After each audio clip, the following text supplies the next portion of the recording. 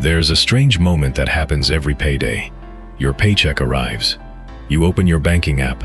The number is finally bigger. For a few seconds, you feel relieved, maybe even happy. You think, okay, this month will be different. Then the bills arrive. Rent, electricity, groceries, subscriptions, a few things you forgot you bought. And suddenly, that feeling is gone. You look at your balance again and think, how did I spend all that money already? And then comes the thought almost everyone has had at some point. I just need to make more money. So you work harder. You get a raise, maybe even a promotion. And for a moment, it works. You feel richer. You breathe a little easier. You start imagining what you can finally afford. Maybe a better apartment, a newer phone, more restaurants, a vacation. Maybe you tell yourself, now I'll finally feel financially comfortable. But then something strange happens. A few months pass, and you're right back where you started. The paycheck is bigger, but somehow, it still doesn't feel like enough. And this is where things get interesting. Because what if the problem isn't simply how much money you make? What if your brain is constantly moving the finish line? What if enough is not a number, but a target your brain keeps changing? Today, we're going to break down why your paycheck can grow, while your feeling of being financially secure barely moves.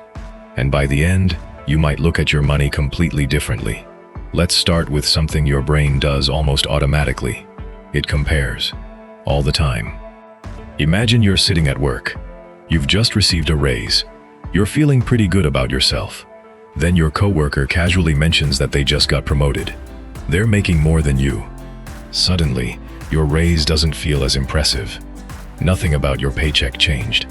You still got the exact same amount, but your perception changed. And that's because humans are wired to evaluate themselves through comparison. We don't just ask, am I doing well? We ask, am I doing better than them? And that second question is dangerous, because there is almost always someone ahead of you. Someone with a bigger house, a better car, a nicer watch, a higher salary, a bigger business, a more impressive vacation. And the internet has turned this psychological tendency into a 24-hour comparison machine. Think about what happens when you open Instagram or TikTok. You don't see someone waking up at 6:30 in the morning, going to work, eating leftovers, paying their electricity bill, and spending 3 hours answering emails. You see the vacation, the sports car, the luxury hotel, the expensive restaurant, the perfect apartment, the new MacBook, the designer clothes, the I just bought my dream home post. You're not seeing someone's entire financial life. You're seeing their highlight reel. But your brain doesn't always process it that way. It sees the highlight and compares it to your reality. And suddenly, your perfectly normal life starts feeling like it's missing something. This is why a person can earn more than they ever have before and still feel poor. Not because they are actually poor, but because their reference point has moved. And that brings us to the second force making your paycheck feel smaller. Prices. Imagine that 10 years ago, you earned $2,500 a month. Today, you earn $3,500. At first glance, that looks like a huge improvement. You're making $1,000 more every month. But there's a problem. The things you buy have changed too. Rent may be higher. Food is more expensive. Transportation costs more. Insurance costs more. Services cost more. And all those little increases add up. This is inflation. And inflation is one of the easiest ways to confuse your brain. Because your paycheck number can go up, while your purchasing power doesn't increase nearly as much. You look at your salary and think, I'm making more money. But what matters isn't just how many dollars you have. It's what those dollars can actually buy. That distinction is incredibly important. Because if your income rises by 5%, but the cost of everything you regularly buy rises by 5% too, you may feel richer on paper, without actually feeling much richer in real life. And then there are the expenses you barely notice. A streaming service here, cloud storage there, a music subscription, a fitness app, a delivery membership, a software subscription, a few dollars for something you forgot you even signed up for. None of them feels expensive. That's the trick. $10 doesn't feel dangerous. $15 doesn't feel dangerous. $8 doesn't feel dangerous. But stack enough tiny expenses together, and suddenly your paycheck has disappeared before you even realize it. And if you've ever looked at your bank statement and thought, "Where did all my money go?" You're not alone. But there's an even stranger problem. Because sometimes your income increases, your purchasing power increases, and you still don't feel richer. This is where your brain becomes the real villain. And if this is already sounding painfully familiar, take a second to subscribe to Spendly. Because on this channel, we're going to keep breaking down the strange psychological and economic forces hiding inside ordinary money decisions. Now back to the problem. Imagine you finally get the raise you've been waiting for. Your income goes from $3,000 to $4,000 a month. For the first few weeks, you feel incredible. You order better food, you upgrade your phone, you go out more, maybe you move into a nicer apartment. You think, this is what having more money feels like. But then something happens. Your new lifestyle becomes normal. The nicer apartment is no longer exciting. The better phone becomes just your phone. The restaurants become your usual restaurants. The weekend trips become something you expect. And eventually, you stop feeling richer. You simply become accustomed to spending more. This is called lifestyle inflation. And it happens so quietly that you may not even notice it. When you earn more, your expenses often rise with you. Not because you suddenly became irresponsible, because you have more options. When you had less money, you might have said, "That's too expensive." After the raise, you say, "It's only another $40. Then another $40 becomes another $60. And another $100. And eventually, the lifestyle that once felt luxurious becomes your baseline. But there's something even deeper happening inside your brain. It's called hedonic adaptation. In simple terms, your brain gets used to good things very quickly. Think about the first time you bought something you really wanted. Maybe it was your first expensive phone. You opened the box. You looked at it. You were excited. You probably checked it constantly.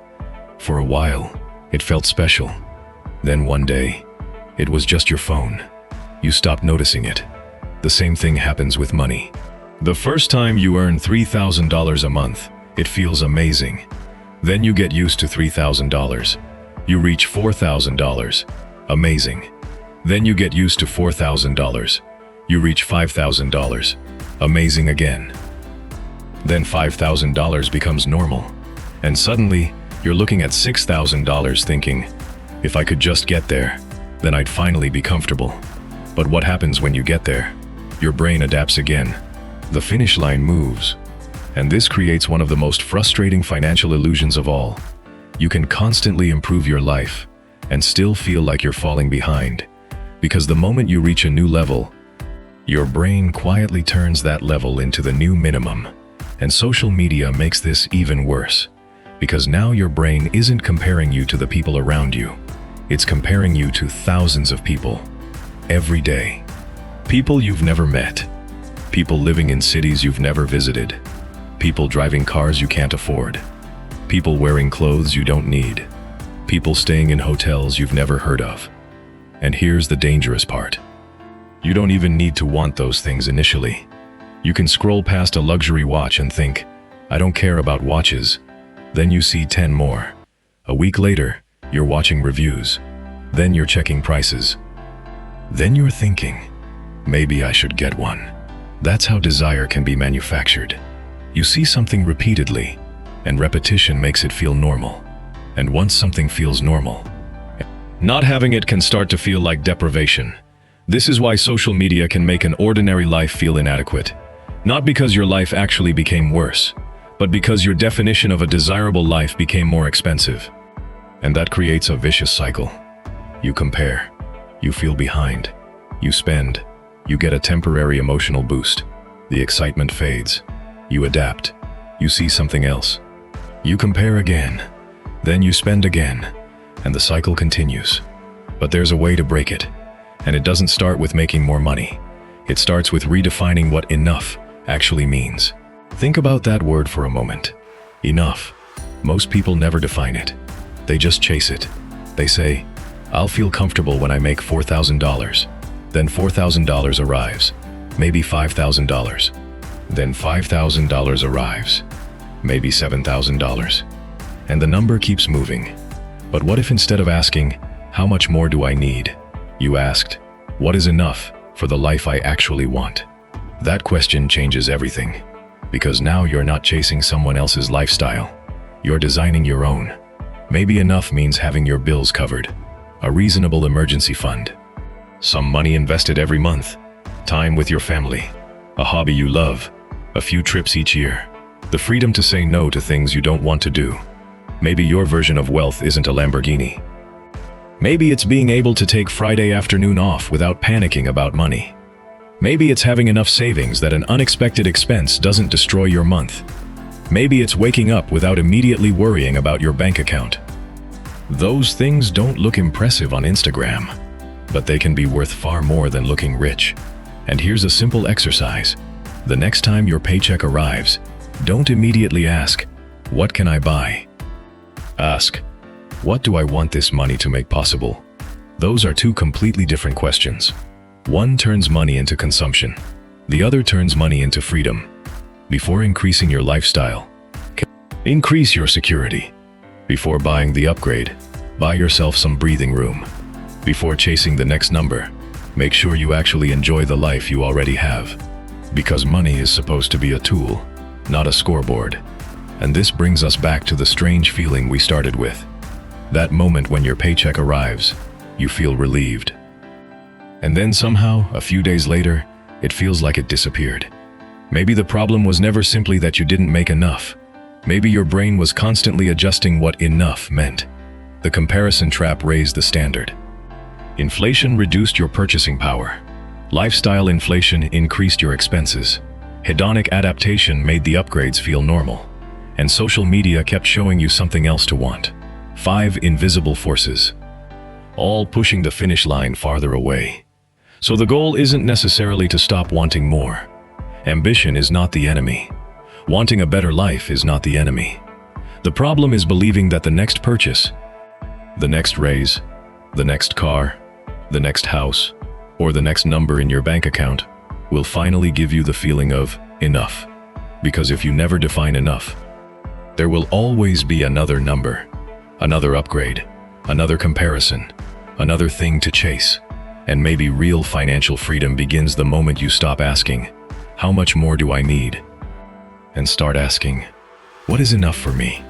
Because sometimes, the biggest financial upgrade isn't earning more money. It's finally learning how to stop moving the finish line. If this video made you look at your own spending a little differently, subscribe to Spendly, because we're going to keep uncovering the hidden economics behind the decisions you make every single day. And before you leave, think about one question. What would enough actually look like in your life? Not for your coworker, not for your friends, not for the person you follow online, for you. Because the moment you define it, you stop chasing someone else's version of success. And that might be the most valuable thing your paycheck can ever buy.